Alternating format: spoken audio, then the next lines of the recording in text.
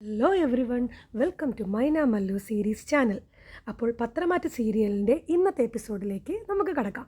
അതിനു മുന്നേ എല്ലാവരും ഈ ചാനലൊന്ന് സബ്സ്ക്രൈബ് ചെയ്ത് സപ്പോർട്ട് ചെയ്യണം കേട്ടോ. അപ്പം നമുക്ക് സീരിയലിലേക്ക് കടക്കാം. തുടങ്ങുമ്പോൾ തന്നെ നമ്മുടെ ജലജയെയും ജാനകിയെയും അനാമികയെയുമാണ് കാണിക്കുന്നത്. നമ്മുടെ ജാനകി പറയുകയാണ്, ഇതിങ്ങനെ നീട്ടിക്കൊണ്ടു പോകുന്നതിൽ അർത്ഥമില്ല. അമ്മായിയമ്മയും മരുമോളും തമ്മിൽ സ്നേഹത്തിലാണെങ്കിൽ അത് അമ്മായിയമ്മയുടെ നാവിൽ നിന്ന് തന്നെ പുറത്തു വരണം. അപ്പം അനാമിക പറഞ്ഞു, അതെ, അതാ വേണ്ടത്. അപ്പം നമ്മളുടെ ജലജ പറഞ്ഞു, അങ്ങനെയെങ്കിലേ ഒരു മാർഗമുണ്ട്. താഴെ അവളുടെ പൂജ തുടങ്ങിയോ ആ നയനയുടെ? അപ്പം ജാനകി പറഞ്ഞു, ആ, എല്ലാം അവൾ ഒരുക്കുന്നത് കണ്ടു. അപ്പം ജലജ പറഞ്ഞു, അങ്ങനെയെങ്കിൽ ഇന്ന് തന്നെ സത്യാവസ്ഥ പുറത്തു വരണം. എങ്ങനെയെന്ന് അനാമിക ചോദിച്ചു. അപ്പം ജലജ പറഞ്ഞു, അതൊക്കെ മോള് നോക്കിക്കോ. ഒരു വീടിനകത്ത് ഏത് നേരവും കറങ്ങി നടക്കുന്നവരാ നമ്മളൊക്കെ. എന്നിട്ട് അപ്പുറത്തെ മുറിയിൽ നടക്കുന്നത് ഇപ്പുറത്തെ മുറിയിലുള്ളവർ അറിഞ്ഞില്ലെങ്കിൽ അത് അറിയിക്കേണ്ടവർ തന്നെ നമ്മളെ അറിയിക്കട്ടെ. അഭിയെ ഒരു ബ്രാഞ്ചിൻ്റെ ചുമതല ഏൽപ്പിക്കാമെന്ന് പറഞ്ഞിട്ട് ഒന്നുമായില്ല. ദേ ഇപ്പോഴും അവൻ കെഞ്ചിക്കൊണ്ട് നടക്കുകയാ. അച്ഛൻ അങ്ങനെ ഒരു തീരുമാനം പറഞ്ഞിട്ട് ദിവസം കുറേ ആയി. തെറ്റിൽ മുങ്ങി താഴുന്നവന് ഒരു കുഴപ്പവുമില്ല. അവനെ MD സ്ഥാനത്ത് നിന്ന് മാറ്റിയിട്ട് ജയേട്ടനെ ആ സ്ഥാനം ഏൽപ്പിക്കേണ്ട സമയം കഴിഞ്ഞില്ലേ? അതുപോലും അച്ഛൻ ചെയ്യുന്നില്ലല്ലോ. അപ്പോൾ ജാനകി പറഞ്ഞു, അതേപ്പറ്റി ഇനി പറഞ്ഞിട്ട് ഒരു കാര്യവുമില്ല ജലജെ. ആദർശിനെ വിട്ടിട്ട് അച്ഛന് ഒരു കാര്യവുമില്ല. അപ്പോൾ അനാമിക പറഞ്ഞു, അമ്മയുടെ മോനാണെങ്കിലും അഭിയേട്ടനെക്കാളും കഴിവ് അനിക്കില്ല. അതുകൊണ്ട് അനിയെ 3 ബ്രാഞ്ചിൻ്റെ ചുമതല ഏൽപ്പിച്ചെങ്കിൽ അഭിയേട്ടന് അതിനുള്ള അർഹതയുണ്ട്. അപ്പോൾ ജാനകി പറഞ്ഞു, അത് പിന്നെ മോളെ, അഭി നേരത്തെ ഒരുപാട് തെറ്റ് ചെയ്തിട്ടുണ്ടല്ലോ.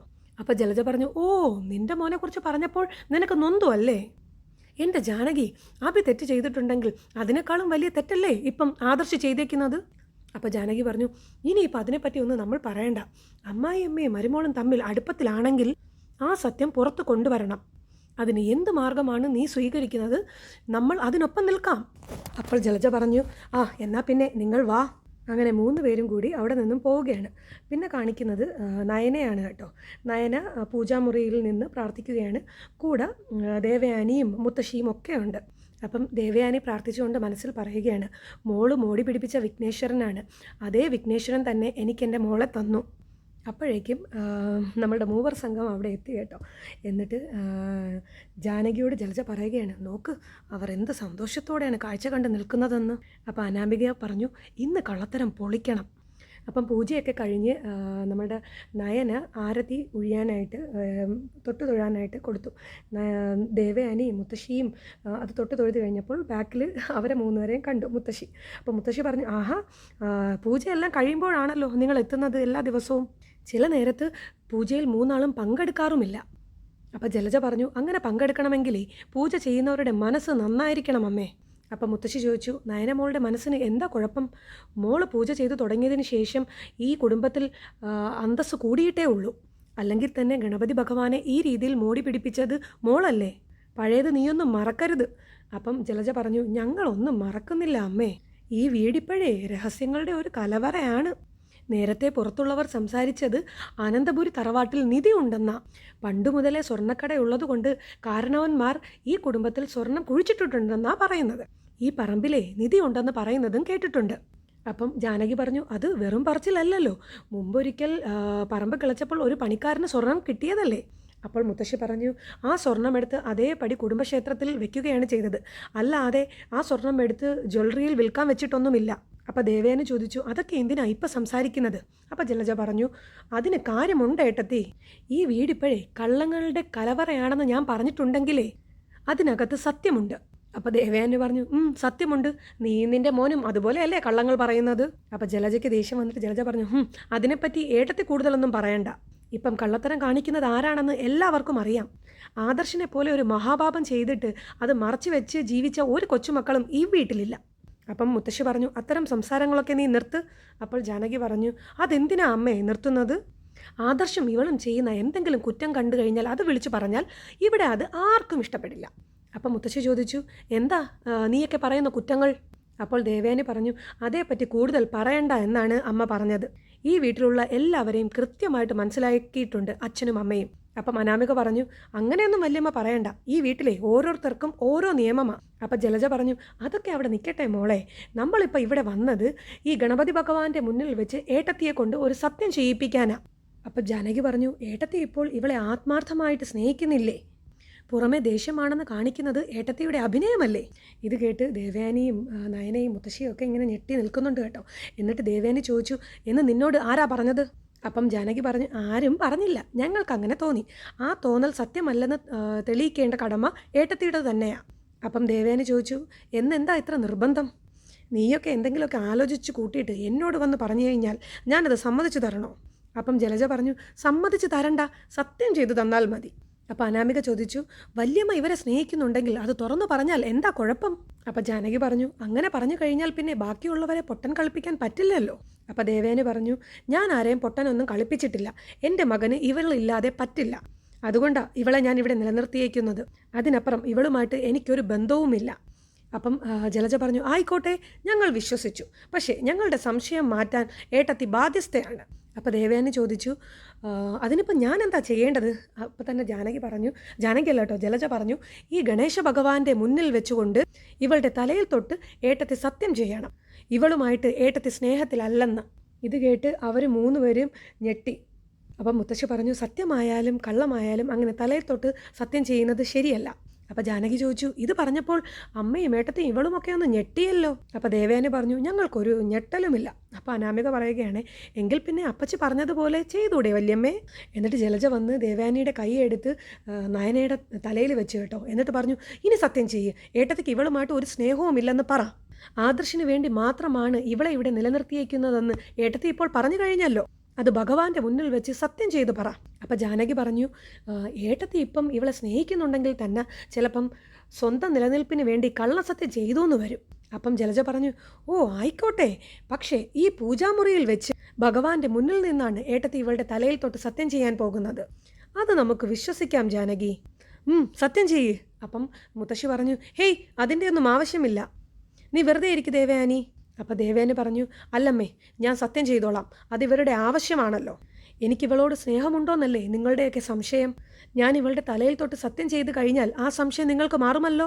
അപ്പം ജാനകി പറഞ്ഞു, സംശയമൊക്കെ മാറും, പക്ഷേ കള്ളസത്യമാണ് ചെയ്യുന്നതെങ്കിൽ അതിൻ്റെ ഫലം ഇവൾ അനുഭവിക്കേണ്ടി തന്നെ വരും. അപ്പോൾ ദേവേനി പറഞ്ഞു, അറിയാം, അതെല്ലാം അറിഞ്ഞു വെച്ചുകൊണ്ട് തന്നെയാണ് ഞാൻ സത്യം ചെയ്യാൻ പോകുന്നതും. അപ്പം അനാമിക പറഞ്ഞു, വല്യമ്മയ്ക്ക് ഇവരോട് സ്നേഹമുണ്ടെങ്കിൽ വല്യമ്മ ഒരിക്കലും കള്ളസത്യം ചെയ്യൂല, ഒരമ്മമാരും അങ്ങനെ ചെയ്യില്ല. അപ്പം ദേവയാനി പറഞ്ഞു, ആണല്ലോ, അപ്പം പിന്നെ ഞാൻ സത്യം ചെയ്ത് കഴിഞ്ഞാലെങ്കിലും നിങ്ങൾക്ക് വിശ്വസിക്കാം. അപ്പം അനാമിക പറഞ്ഞു, ആ വിശ്വസിക്കാം. അപ്പം മുത്തശ്ശി പറഞ്ഞു, 1ാം ക്ലാസ്സിൽ പഠിക്കുന്ന പിള്ളേരെ പോലെയാണ് ഇവിടെയുള്ള ചിലരൊക്കെ. തലയെ തൊട്ട് സത്യം ചെയ്യുക, ദൈവത്തെ തൊട്ട് സത്യം ചെയ്യുക, നിൻ്റെ ഒന്നും ഉദ്ദേശം എനിക്ക് മനസ്സിലാകുന്നില്ല. അപ്പം ജലജ പറഞ്ഞു, അമ്മ പറയുന്നത് തന്നെയാണ് സത്യം. 1ാം ക്ലാസ്സിലെ പിള്ളേരെ പോലെ ഇവിടെ ചിലരൊക്കെ നാടകം കളിക്കുന്നുണ്ടോ എന്നാണ് ഞങ്ങളുടെ സംശയം. അതൊന്ന് മാറണം, അത്രയേ ഉള്ളൂ. അപ്പം ദേവയാനി കരഞ്ഞുകൊണ്ട് പറഞ്ഞു, അമ്മ ഇനി ഒന്നും പറയണ്ട, എൻ്റെ കൈ ഇവളുടെ തലയിൽ തൊട്ടിരിക്കുകയാണ്. അങ്ങനെയുള്ളപ്പം ഭഗവാന്റെ മുന്നിൽ വെച്ച് എൻ്റെ നാവിൽ നിന്ന് കള്ളമൊന്നും വരില്ല. അപ്പം ജാനകി ചോദിച്ചു, എങ്കിൽ പിന്നെ എന്തിനാ താമസിക്കുന്നത്? സത്യം ചെയ്തുകൂടെ?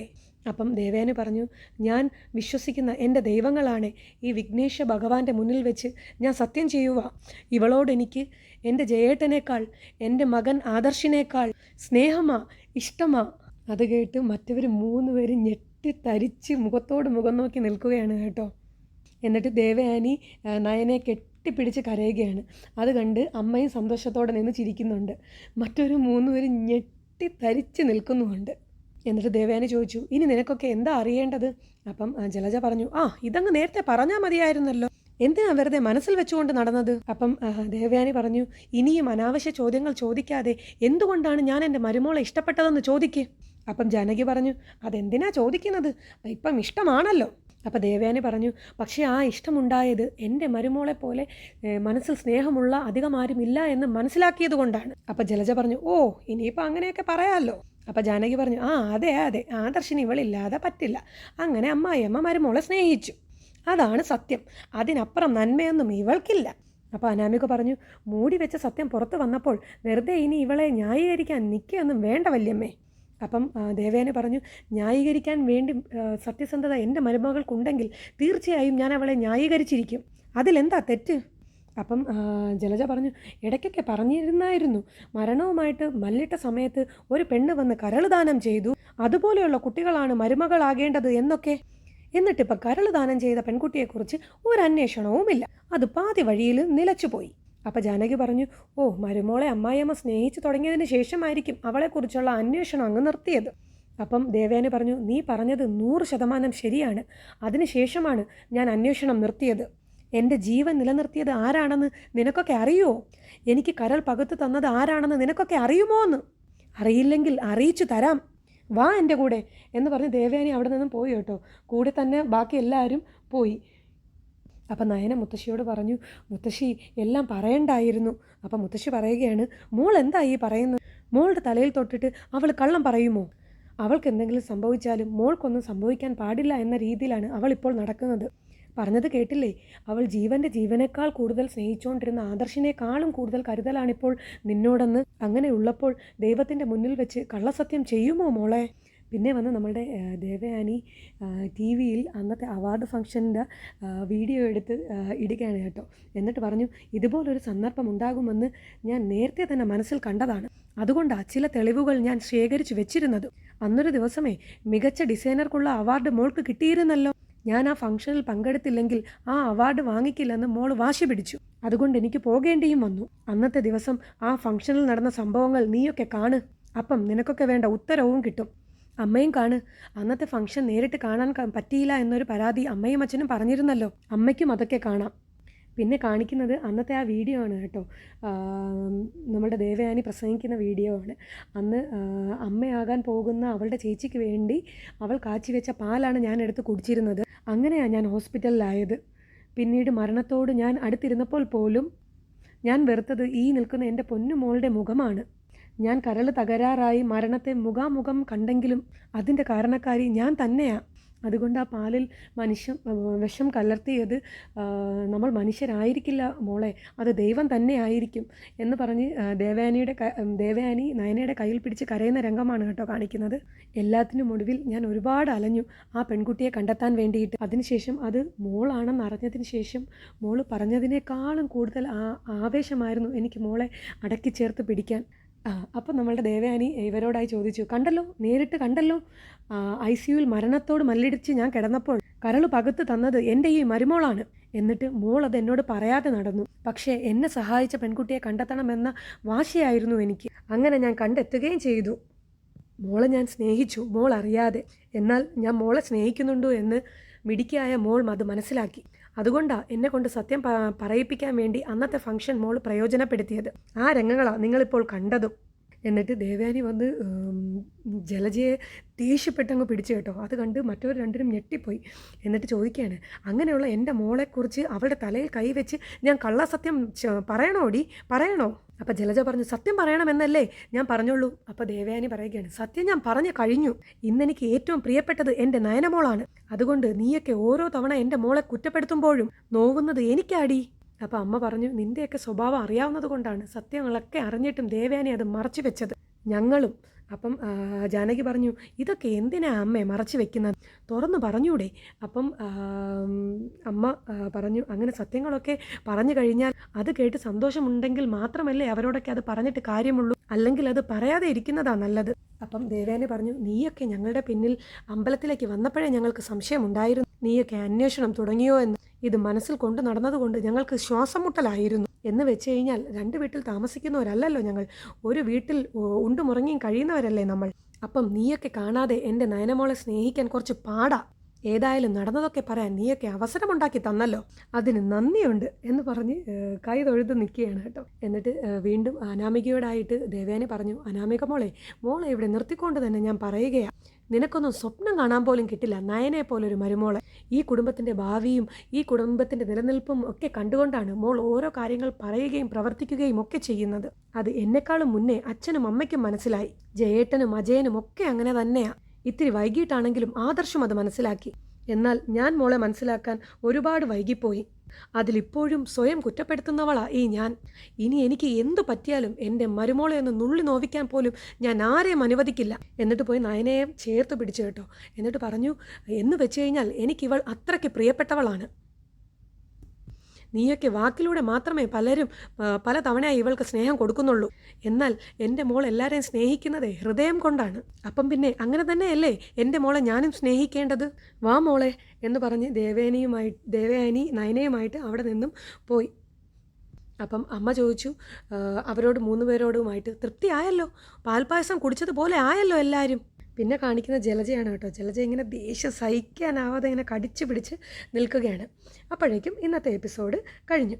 അപ്പം എല്ലാവരും ഈ ചാനൽ ഒന്ന് സബ്സ്ക്രൈബ് ചെയ്ത് സപ്പോർട്ട് ചെയ്യണം കേട്ടോ. അപ്പം അടുത്ത എപ്പിസോഡുമായിട്ട് ഞാൻ ഉടനെ വരുന്നതായിരിക്കും.